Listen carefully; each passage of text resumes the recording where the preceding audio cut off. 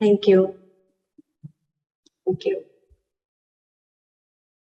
Gratitude to all friends. Thank you.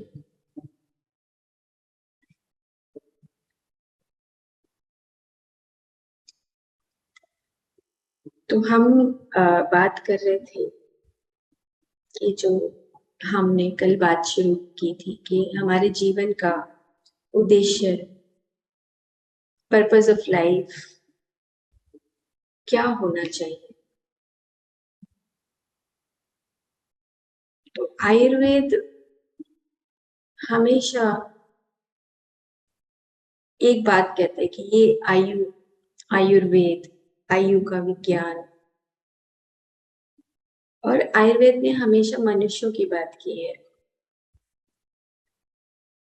कुछ chapters में उन्होंने पूरे लोक को गिना है, लेकिन चिकित्सा के माध्यम से उन्होंने मनुष्य की बात की है। तो मनुष्य को कहा कि तुम 24 तत्वों से बने हुए हो। तो 24 तत्वों में सबसे पहले पुरुष यानी कि कॉन्शियसनेस की बात करता है। और जब कभी चिकित्सा की बात होती है तो हम जो आज के कंटेम्प्रेरी पीरियड के जो डॉक्टर्स हैं वो भूल जाते हैं कि चेतना से शुरुआत हुई और चेतना को हम भूल जाते हैं कि क्वांटम साइंस भी यही कहती है कि जो चेतना है उसी के कोलैप्स से ही हम आगे बढ़ते हैं।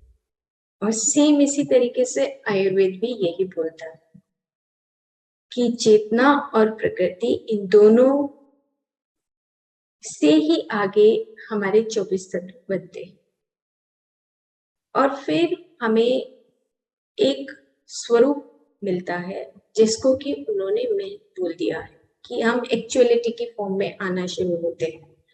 चेतना दिखाई नहीं देती, लेकिन हमें इतना पता है कि वो शाश्वत है, वो इटर्नल है, वो मर नहीं सकती। और पूरा ब्रह्मांड चेतना से भरा हुआ, धरती क्या, तारे क्या, चांद सितारे क्या, सब जगह चेतना ही चेतना है। लेकिन वो इटर्नल है, उसमें 100% में से भी कहीं हम कुछ निकाल नहीं सकते, वो शाश्वत ही है। और हम भूल जाते हैं कि हमारा जीवन का जो उद्देश्य है वो क्या है कि फिर से उसी में मिल जा, इस स्वरूप को तोड़ के और फिर से उसी में मिल जाना। सेम इसी तरीके से थियोसॉफिकल सोसाइटीज की जो बुक्स हैं वो भी यही बताती है कि तुम वहां से आए, उस ब्रह्म से आए, और ब्रह्म से आने के बाद स्वरूप लिया, और उसके बाद हम धीरे धीरे अलग अलग किंगडम्स में, अलग अलग हम जगत में हमने जन्म लिया। छोटी छोटी कॉन्शियसनेस से पढ़ने लगे, जैसे गिलहरी की कॉन्शियसनेस, एक छोटे से कीड़े की कॉन्शियसनेस, एक पेड़ की कॉन्शियसनेस, एक फूल की कॉन्शियसनेस, हर एक के अंदर वो चेतना भरी। एक छोटा सा पत्थर है, उसको भी हम, अगर हम मोहनजोदड़ो की जो साइंटिस्ट हैं वो देखें तो बताते हैं कि देखो इतने हजार साल पुरानी ये संस्कृति है, ये पत्थर है, ये मिट्टी है, ये मटके मिले हैं, ये कुछ टुकड़े मिले हैं। तो हर एक का अपना लाइफ स्पैन है, क्योंकि उसका स्वरूप दे दिया गया, महंत ने स्वरूप दे दिया। और फिर आता है अहंकार, महत, और उसके बाद अहंकार का मतलब कि हर जन्म में, हर लाइफ में हम एक स्वरूप को, एक पर्टिकुलर ढांचे को लेकर आते हैं, स्वरूप को लेकर। कहाँ से कि हम अपने पुराने जो हमारे इनकारनेशन है, जो पेड़ की हो, पौधे की हो, जानवरों की हो, और चाहे मनुष्य की हो, तो अहंकार के स्वरूप में हम कुछ कुछ संस्कारों को लेकर यहाँ पर आते हैं। और अब लाइफ का मीनिंग क्या है कि जो लेकर आते हैं उसमें जो गलतियां हैं उसको सुधार करना होता है। तो उसके लिए हमें एक फिजिकल स्वरूप और ज्यादा मोटा दे दिया जाता है, जिसके अंदर हमारी कॉन्शियसनेस एक लिमिट कर देती है। कॉन्शियसनेस इटर्नल है, वो एक लिमिटेड स्वरूप में हमारे अंदर, वो हमारे अंदर रहती है। लेकिन अब क्या हुआ कि उससे आगे और बढ़ते हैं तो सत्व, रज और तम, वो तीनों के फैक्टर्स के अकॉर्डिंग हमारा अपना जन्म आगे बढ़ता है। लाइफ इनकारनेशंस के अकॉर्डिंग हम तमस में, रजस में, सत्व में जन्म लेते हैं। और फिर क्या होता है कि फिर हमें एक मन दे दिया जाता है। मन ऑटोमेटिकली हमारा बनता है, जिसमें हमारी 10 इंद्रियां साथ में काम करती हैं। 10 चाबुक हैं हमारे हाथ में, हम उसको जैसे चाहें उसको घुमा सकते हैं। आंखों से देखना चाहें तो देख सकते हैं, आंखें बंद कर सकते हैं, सुनना चाहें तो सुन सकते हैं, अच्छी चीज भी सुन सकते हैं, बुरी चीज भी सुन सकते हैं। तो हमारी विल दे दी गई कि तुम आजाद हो, तुम फ्री हो, तुम चाहो तो सुन सकते हो, तुम चाहो तो नहीं सुन सकते हो। तो हमारी विल विल दे दी गई। और उसके बाद फिर एक पंच भूत से एक समुदाय बन गया, और इस तरीके से 24 तत्व मिलके एक पूरे हमारे शरीरों का निर्माण करता है। अब हम उसमें से जो हमारा प्रैक्टिकल लाइफ है उसमें हम ये भूल जाते हैं कि चेतना से शुरुआत हुई, इंद्रियां दी गई, मनस दिया गया, बुद्धि दी गई, महत दिया गया, अहंकार दिया गया, और हम उस पंच महाभूत के समुदाय में आके अटक गए। और वो हमें मोटे तौर पे, जिसको कि क्वांटम साइंस ये कहता है कि we are the waves and the particles. Particle मतलब स्थिरता का भाव, एक जगह हम एक जगह स्टकअप हो जाते हैं, लेकिन हम अपने आप को बदल भी सकते हैं, आगे भी बढ़ सकते हैं, फॉरवर्ड मूवमेंट भी कर सकते हैं, वेव के फॉर्म में भी आगे बढ़ सकते हैं। इसी को लिबरेशन बोला गया, लिबरेट होना बोला गया। अब ये बात जब हमें एक बार समझ आ जाती है तो उसके बाद हमें जीवन का उद्देश्य भी समझ आने लगता है, और जीवन को हम एक मीनिंगफुल लाइफ, एक पर्पसफुल लाइफ कैसे जिए, एक एक क्षण, एक एक फेज हम किस प्रकार से बिताएं, ये जागरूकता बहुत इम्पोर्टेंट है। अगर हमें पता है कि आगे का 1 घंटा हमारे पास है, और इस 1 घंटे को उसमें से हमारे 10 minute, 10 minute, 10 minute, 10 minute, 10 minute, ऐसे करके हम किस प्रकार से उस 10-10 मिनट को बिताएं, तो हम निश्चित तौर पे हम एक अपनी पर्पसफुल लाइफ, एक मीनिंगफुल लाइफ बना सकते हैं। लेकिन हमने कुछ प्लान ही नहीं किया, और हम अपने 10 मिनट 10 मिनट करके उस समय को निकाल देते हैं, तो फिर हम आगे नहीं बढ़ सकते। फिर हमारा जो टाइम है वो वहीं पे स्टेग्नेटिंग, कंडीशनड प्रवृत्ति में ही हमारे संस्कार बनने लगते हैं, हम कंडीशनड हो जाते हैं। तो अब हम उसको थोड़ा सा साइंटिफिकली देखते हैं। एक क्वांटम डॉक्टर, एक बुक है डॉक्टर अमित गोस्वामी का लिखा हुआ, तो उसमें उन्होंने जो एक दिन पहले बात की थी कि एक ब्रेस्ट कैंसर का एक मूवी देखा था, एरियाना एक कंपनी है, उसमें ये मूवी बनाई गई है, और वो ताओस करके एक वहां पर अवेलेबल है। मैं सुमित को भेज दूंगी, वो सभी ग्रुप्स में डाल देगा। तो ब्रेस्ट कैंसर की जो लेडी है, उसकी अंदर की जो फीलिंग्स है, जो थिंकिंग है, उसके बारे में बताया गया। उसने खुद ही बताया कि हम किस प्रकार से जो हमारा हृदय है उसको आसान भाषा में, वो पर्टिकुलर उसी भाषा में नहीं बोल रही हूँ, जो हमारा हृदय है उसका एक फिजियोलॉजी, मतलब कि वो अपना काम कर रहा है, उसके 4 चैम्बर हैं और वो अपना काम करता रहता है। वो तो धड़कता है, लपडप की भाषा बोलता है, और साथ में लंग्स के साथ अपना रिदमिक, अपना कोऑर्डिनेशन रखता है। 1 1 1 1, यानी कि 1:4 का रेशियो रुडोल्फ स्टीनर ने बताया कि dub dub dub dub dub एक ब्रेथ। तो ये एक रिदमिक कोऑर्डिनेशन है जिसके तहत हम जिंदा रहते हैं, हमारी फिजियो काम करती है, हमारा शरीर, क्रिया शरीर काम करता है। अब इधर साइंटिस्ट बोलते हैं कि तुम्हें हृदय इसीलिए नहीं दिया गया है कि वो लपटप करे, उसके कुछ हायर फंक्शंस होते हैं। हायर फंक्शंस का मतलब हायर फिजियोलॉजी होती है, जिसमें प्यार होना चाहिए हृदय में, वो लव की, वो प्रेम की एनर्जी, वो कंपैशन की एनर्जी तुम्हारे पास होनी चाहिए। तो वो एक भौतिक शरीर में हृदय काम कर रहा है, लप टप काम कर रहा है, और लंग्स के साथ उसका रिदम चल रहा है, लेकिन हम जो हायर फिजियोलॉजी है उसको मिस कर,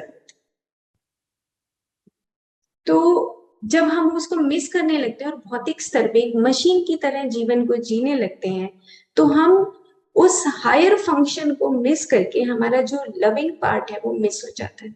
हम सुपरफिशियली ही जीवन को जीने लगते हैं। तो बोलते हैं कि आपका हार्ट चक्र यानी कि अनाहत चक्र और आपका जो प्रेम है, जो कंपैशन है, जो करुणा का भाव है, वो जब मिस हो जाता है तो कैंसर जैसी स्थिति आने लगती है। प्यार मिस हो रहा है, करुणा हम मिस कर रहे हैं, हार्डकोर में मशीन की तरह जी रहे हैं। तो हमारे जो हायर फंक्शंस हैं, हम उन हायर फंक्शंस को भूल जाते हैं, क्योंकि हमारा जो मनस है वो ज्यादा पक्का होने लगता है।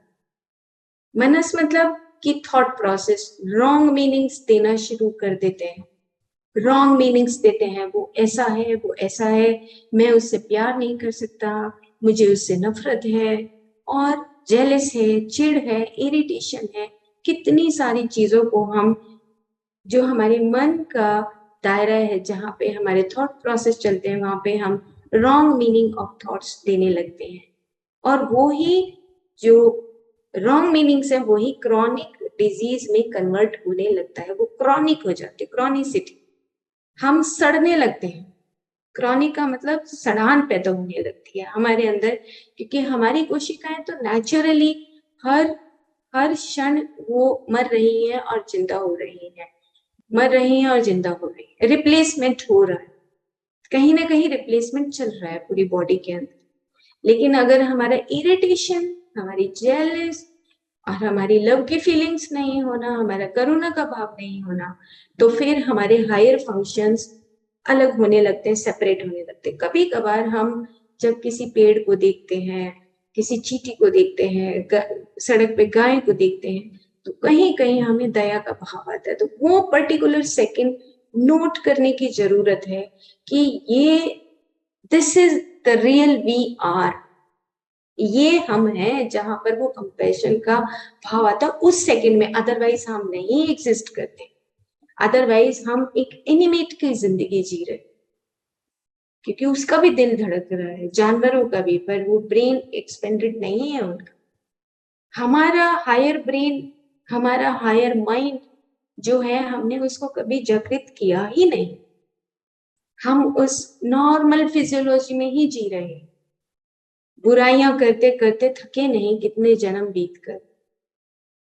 सो साइंस क्या बोलती है? साइंस कहती है, जो मैंने एक पेज खोला हुआ है, the science of heart, love and cancer, कि ये जो हार्ट है और इसके अंदर जो हमारी हायर फंक्शंस हैं, हम उसको जब मिस कर देते हैं, यानी कि हायर फंक्शंस का मतलब कि प्रेम का भाव ही नहीं आता, और हमारे अंदर कंपैशन का, वननेस का भाव नहीं आता, तो हम जब उन हायर फंक्शंस को मिस करते हैं, तो जो हमारी कोशिकाएं हैं वो डिफरेंट तरीके से बिहेव करने लगती है। उसी को उन्होंने कैंसर सेल्स बताया। तो आज की जो साइंस है वो क्या कहती है कि, वो कहती है कि ये जब रिसर्च की, तो रिसर्च में पाया गया कि कुछ जो सेल्स है या कुछ जो ऑर्गन है, उनको हम एक रोग सेल्स बोलते हैं। रोग सेल्स का मतलब कि जो एक नॉर्मल फंक्शन होता है, उस फंक्शन से अलग तरह का बिहेव करना, ऐसी सेल्स अलग होने लगती, और फिर वो क्या होता है कि स्टार्ट म्यूटेटिंग, और उनके अंदर परिवर्तन शुरू हो जाता है, क्रॉनिसिटी आने लगती है कि मैं तो इरिटेट ही रहूंगा, मैं तो irritate. Who is the culprit? We are the culprit. कोशिकाओं को नहीं पता,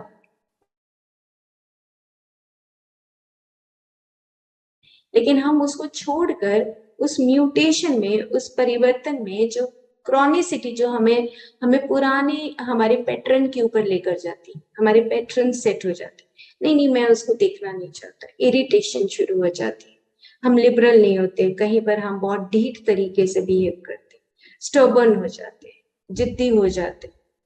तो ये हमारे किसका हिस्सा है? ये हमारे मन का हिस्सा। हम बियॉन्ड माइंड हम अपनी सुप्रामेंटल बॉडी को यूज नहीं करते, जबकि हार्ट तो वही है, मदर टेरेसा का वही हार्ट था जैसा हमारा है, लेकिन उसमें मदर टेरेसा में और हमारे में फर्क है। हम अपनी पर्पस को जान ही नहीं पाए, हम अपने उस लाइफ की मीनिंग को जान नहीं पाए। लाइफ है खाना पीना बस, इट्स ओके, तो वो लाइफ नहीं है। हम अपने हायर फंक्शंस को जाने, वो जिंदगी। फिर वो क्या कहते हैं कि जब ये जो सेल्स है ये जब परिवर्तित होने लगे, तो ये रिसर्च में पाया गया कि कितनी बार जो सेल्स हैं वो डेड होती हैं और फिर से जिंदा होती है, डेड होती है फिर से जिंदा होती है, तो कितना उसका उसका भी तो कोई पीरियड होगा।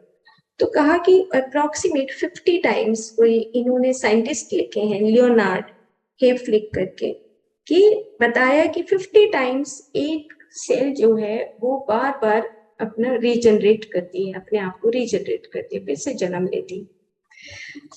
अब क्या होता है कि कुछ डिविजन्स तक तो हम नहीं महसूस करते एबनॉर्मेलिटी, क्योंकि हमें पता ही नहीं लग रहा होता अंदर की वो जो सेल्स हैं वो बदल रही है, लेकिन हमारी इरिटेशन बनी हुई है, बरकरार है वो इरिटेशन। और वो इरिटेशन जब पुरानी होने लगती है, हमारा पैटर्न बनने लगता है, तो उसके बाद वो सेल्स के ऊपर एक कैप इन्होंने बोला है कि जो कैप है वो कैप हट जाता है, और कैप हटने के बाद मल्टीपल मल्टीपल उसके अंदर डिवीजन शुरू हो जाते हैं, जिसको मेटास्टेसिस बोलते हैं। तो वो जो कैंसरस सेल्स है, जो एबनॉर्मल सेल्स एबनॉर्मल तरीके से बिहेवियर करती हैं, तो उसे पूरा हमारा ऑर्गन डिस्ट्रॉय होने लगता है। और सेम यही मैसेज दूसरे ऑर्गन को भी देती है कि आई एम डिस्टर्बिंग, सो दूसरे ऑर्गन के अंदर भी उसका इफेक्ट आता है, और दूसरे ऑर्गन में भी जब हम पेट स्कैन करवाते हैं तो दूसरे ऑर्गन में भी वो मेटास्टेसिस मिलती है। तो अंत में कंक्लूजन अगर हम आज इस बात का करें कि आखिर ये करने वाला कौन है, तो वो कहते हैं कि यू आर द कल्प्रिट, तुम्हारी इंटेंशन की वजह से ऐसा हो रहा है, तुम ही हो इसके जिम्मेदार, और तुम ही हो कि तुम ही इन कैंसर सेल्स को ठीक कर सकते हो। कैसे? तो उसका तरीका उन्होंने कहा कि जो हमारी फिजिकल बॉडी है उसके पीछे जो हमारी वाइटल बॉडी है, उसके अंदर जो हम ब्लूप्रिंट बनाते हैं अपनी इरिटेशन का, नफरत का, जेलस का, ये हमें ब्लूप्रिंट चेंज करना पड़ेगा। तो ब्लूप्रिंट चेंज करने के लिए या फिजिकलिटी में हम कीमोथेरेपी कराते हैं, कहीं से कुछ ऑर्गन को काट के निकाल देते हैं, लेकिन हमारी इरिटेशन तो गई नहीं, इरिटेशन तो एज इट इज बरकरार है, कीमो चल रही है, लेकिन ट्यूमर भी निकाल दिया, लेकिन इरिटेशन बरकरार है, तो वो फिर से वापस आते हैं। वो जो एबनॉर्मेलिटी है ऑफ सेल्स का, वो फिर से बिहेवियर उसका बदलता है। तो ये जो मूवी है इसमें जब ज्यादा गहराई से मैंने भी नहीं देखी है इतना, लेकिन कुछ चीजों को मैं समझ पाई कि हम जब अपनी फीलिंग्स में, यानी कि जो हमारी वाइटल यानी कि प्राणमय शरीर है, उसमें हमारी फीलिंग्स अगर गुड फीलिंग्स है, हम किसी के प्रति नफरत नहीं करते हैं, हम अपने सेल्फ लव के साथ रहते हैं, तो वो हमारा ब्लूप्रिंट बहुत अच्छा बनता है।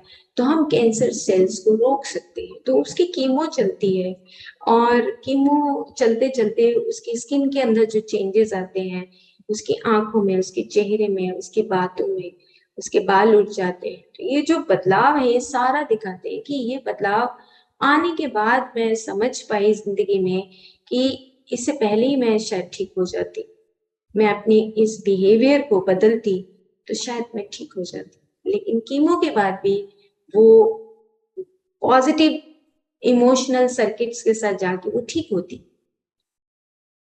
तो नॉर्मली जो हमारी एक जिंदगी है वो एक फिजिकल लेवल पे हम उसको जिंदा रहने की कोशिश करते हैं, लेकिन हायर फंक्शंस को हम भूल जाते हैं। तो जो अभी एक एग्जाम्पल दिया कि जब हम सड़क पे जा रहे होते हैं और गाय के प्रति कुछ प्रेम का भाव आता है, करुणा का भाव आता है, दैट पर्टिकुलर मूवमेंट, उस क्षण हम हैं, अदरवाइज हम एग्जिस्ट नहीं करते, क्योंकि हम एक सुपरफिशियली जिंदगी को जीते, जबकि वो ही चीज हमारी बड़ी होनी चाहिए।